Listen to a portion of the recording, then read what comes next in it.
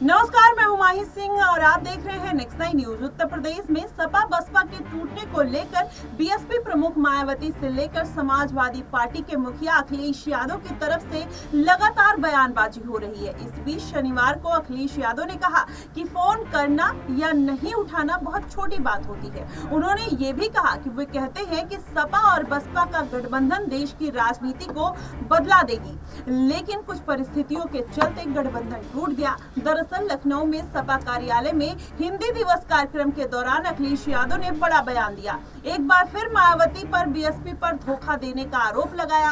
अखिलेश ने कहा कि जब गठबंधन टूटने की खबर मिली तो उनके साथ मंच पर बसपा के ही एक पुराने नेता बैठे हुए थे। अखिलेश ने कहा कि हमें भी ऐसे ही धोखा मिला था, आपको भी धोखा मिल गया। अखिलेश यादव ने मायावती द्वारा जारी एक बुकलेट में फोन न उठाने की बात को लेकर एक बार फिर कहा कि जिस दिन गठबंधन टूटा था उस दिन सपा बसपा के नेताओं के साथ वे आजमगढ़ में एक कार्यक्रम में मौजूद थे।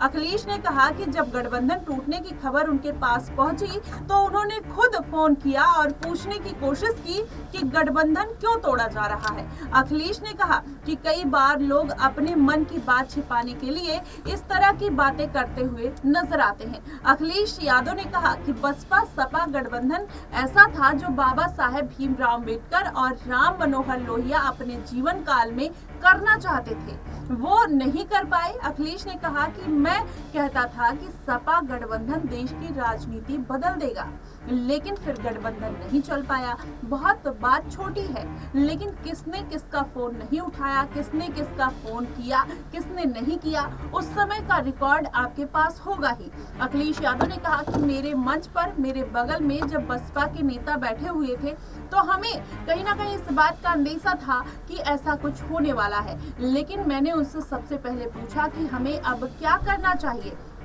इस तरीके की बातें हमारी हुई थी। आपको बता दें, मायावती ने बसपा कार्यकर्ताओं के लिए एक बुकलेट जारी किया था जिसमें बसपा के गठन में अब तक की बातें उन्होंने अपने मन की बातें लिखी हैं। इसी बुकलेट में मायावती ने दावा किया है कि 2019 के लोकसभा चुनाव के नतीजों के बाद अखिलेश यादव ने उनका और बसपा के एक दूसरे नेताओं का फोन उठाना बंद कर दिया था, इसलिए स्वाभिमान की रक्षा के लिए उन्होंने गठबंधन तोड़ दिया। मायावती ने यूपी में चर्चा में उस वक्त आई जब उस किताब में कहा गया कि सपा में एक जाति विशेष के अलावा किसी पीडीए के लिए कोई जगह नहीं है।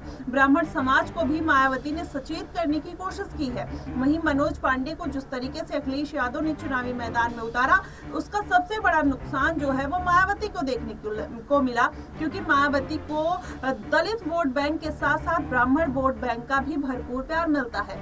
ऐसे में मायावती कहीं ना कहीं अखिलेश यादव को ब्राह्मण वोट बैंक को लेकर भी नाराज होती हुई नजर आई। लेकिन अगर पूरा मामला समझा जाए तो इससे ये कहा जा सकता है कि उत्तर प्रदेश की सियासत में इन दोनों की लड़ाई क्या आने वाले दिनों में गठबंधन के रास्ते खोलेगा या हमेशा के लिए बंद कर देगा। 2019 का जो समीकरण था कहीं ना कहीं मायावती के लिए बेहद महत्वपूर्ण था। मायावती 10 सीटों पर अपनी जीत दर्ज करती हैं, वही अखिलेश यादव मात्र 5 सीटों पर सिमट कर रह जाते हैं। लेकिन इन दोनों की लड़ाई क्या आने वाले दिनों में गठबंधन की तरफ जाएगी या फिर गठबंधन को हमेशा के लिए खत्म करती हुई नजर आ सकती है। आपको क्या कुछ लगता है, आप हमें कमेंट बॉक्स में जरूर बताइएगा। फिलहाल के लिए बस इतना ही। देश और दुनिया की तमाम खबरों के लिए हमारे साथ बने रहिएगा नेक्स्ट 9 न्यूज पर।